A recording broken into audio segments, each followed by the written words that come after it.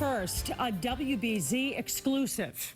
Nothing about this trial was easy. I just handled it by taking it one step at a time. Personally, I feel justice was indeed served.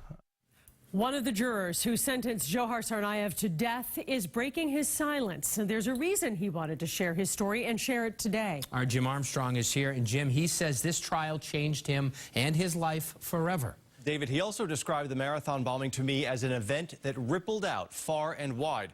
Those ripples ended up reaching 18 people who had no idea what was coming. They were called to serve on a jury that would forever change their lives. He has asked us to conceal his identity tonight, but for this juror, it's time to explain what that felt like.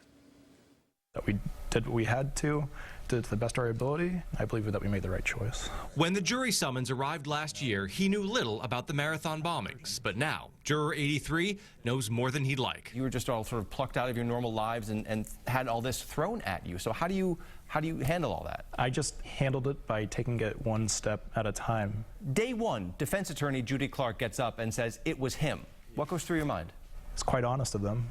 It leaves you of some of your duty, right? At that point on, do you say, okay, it was him, let's just... Yes, but of course the question is, how much of it was him? Juror Tsarnaev's lawyers had tried to convince the jury that the bomber's bully of a brother turned him into a killer. I personally thought that, yes, he did definitely have a hand in the end result of Juror's behavior. But that's not enough to... No, because even though for me that did weigh on my mind, it still doesn't take away from the reality of what Juror did.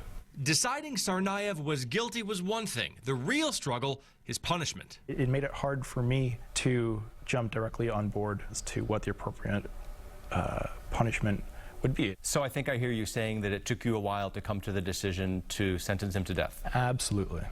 Absolutely. There is no quick or easy way, I think, to come to that. Are you confident that sentencing him to death was the right thing to do? Yes. Why?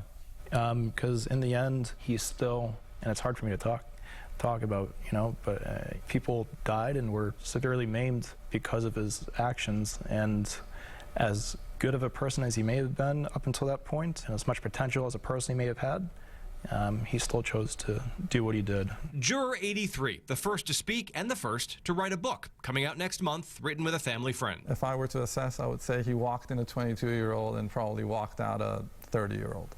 In terms of emotional maturity. There was no escaping such a heavy and really everlasting decision, probably the hardest decision that I've had to make. If you had the ability to choose whether or not to be a Tsarnaev juror, would you do it again? If it was my choice and I had a say in it, no, I wouldn't. Juror 83 does expect people to be critical of his decision to write his book, but he told me for him it was helpful to write everything down, to tell the story from his perspective. He says it allowed him to process some of what he saw and heard this year. Jim Armstrong, WBZ News.